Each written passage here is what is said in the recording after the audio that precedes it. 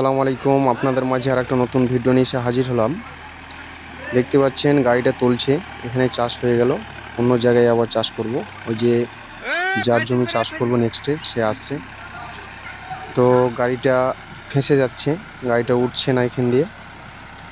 মানে ক্যাজুয়াল আছে, ক্যাজুয়াল আছে, এক চাকাতে ক্যাজুয়াল নেই, তার জন্য গাড়িটা উঠছে না। কিন্তু এখান দিয়ে তুলতে হবে, সাইডের জমিতে ফসল আছে, সাইডের জমিতে মানে যাবে না। এখান দিয়ে চেষ্টা করছি, দেখা যাক। সেম কেস আবার একটি জমি চাষ করে দিচ্ছিলাম না। এই জমিটা এতটা নিচু আছে, আপনারা দেখতে পাচ্ছেন।